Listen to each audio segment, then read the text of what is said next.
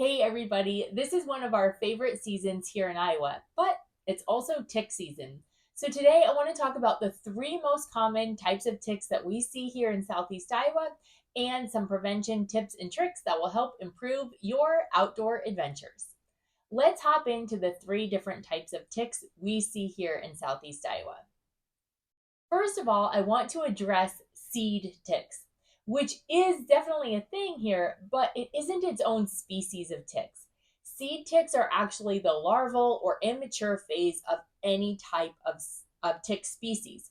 So a seed tick is very, very small, and instead of an adult tick that has 8 legs, seed ticks only have 6 legs.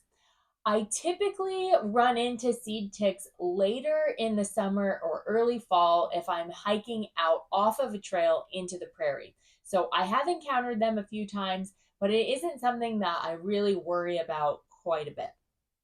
I do want to hop into the three different types of tick species. The first is the Lone Star tick. And this one is the easiest to identify, in my opinion, because on its dark abdomen, it has a light colored or cream spot right in the middle, kind of mimicking the Lone Star state flag, and therefore it gets its name, the Lone Star tick. This tick can transmit bacteria that can cause different diseases, so, like all ticks, you need to be careful of the Lone Star tick. Next up is the wood tick or the dog tick, which is what we see most commonly. This tick we actually use as a teaching tool. So anytime that my kids say, "Hey mom, we have a tick on us," then my first response is always, "Oh, can you tell if it's a male or a female?" And for wood ticks, the males wear suspenders and the females wear necklaces. The reason I do this is twofold. The first is that I don't want my kids to be afraid of ticks. Certainly, we have to be cautious and we need to remove them, but a tick crawling on you isn't going to cause any harm in and of itself. So they don't need to be fearful of ticks. Secondly, asking them this and encouraging them to identify whether it's a male or female tick actually encourages them to look for ticks, therefore, making it easier for them to spot a tick. So once we started doing this kind of game with the kids, they actually became more prone to seeing ticks on each other and then identifying them before removing them. The other thing is if kids are afraid of ticks, if they see one, they'll kind of freak out and they'll go, "Ah, a tick," and then they'll fling it off of them, but you don't actually know where it goes. So it's best to actually find the tick, remove it, and then flush it down the toilet, burn it in a candle, put it in a jar of rubbing alcohol, whatever you have to do to kill it. But you want to know where it is instead of it flying someplace that you're not actually sure of where it is. So that's why we like to identify whether it's a male or female wood tick. Wood ticks can transmit a bacteria that causes Rocky Mountain fever. So again, you need to be cautious of wood or dog ticks. The third type of tick that we have here in Southeast Iowa is the one that causes the most cause for concern, and this is the deer tick. And unfortunately, this is the smallest tick.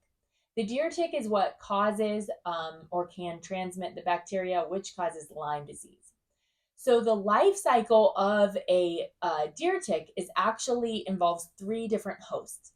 And so what can happen is if the first host has the bacteria that causes Lyme disease, then that Lyme disease transfers to the tick.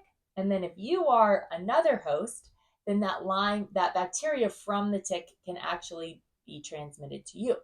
But it is important to know that it typically takes 36 hours for that bacteria to transmit to you. And that's the good news. So if you're diligent and you can find the tick early, it likely hasn't transmitted any of that bacteria. Better to be safe than sorry. Obviously, you should seek medical attention if you do have a deer tick that's on you. 70% of the time, if you begin to have the symptoms of Lyme disease, there is this bullseye mark that shows around the site of infection. So that's only 70% of the time. So I would never use that as the sole indicator of whether you need to seek medical treatment. My recommendation is if you have a very small tick on you that you think might be a deer tick, I would go ahead and go to the doctor. If you can, remove that tick and save it that might be valuable to keep as well. But hopefully, if you do have an encounter with a tick, then you can get the antibiotics early, because early treatment is very, very important with Lyme disease. In general, any of the species, if a tick is actually attached to you or one of your family members, you need to remove it. You need to take tweezers and get as close to the skin as possible and remove as much of the tick, including that mouth part, as you can. After removing as much of the tick as possible, you need to disinfect the area and then keep a close eye on it. Again, if you're worried or you begin having different symptoms like fever or achy joints, then you do need to get in and have some antibiotics right away. With ticks, prevention is the best medicine. So for this, we recommend that you wear long pants and long sleeves when you're out in the woods. Some people like to wear long socks and they actually tuck their pants into their long or their high socks.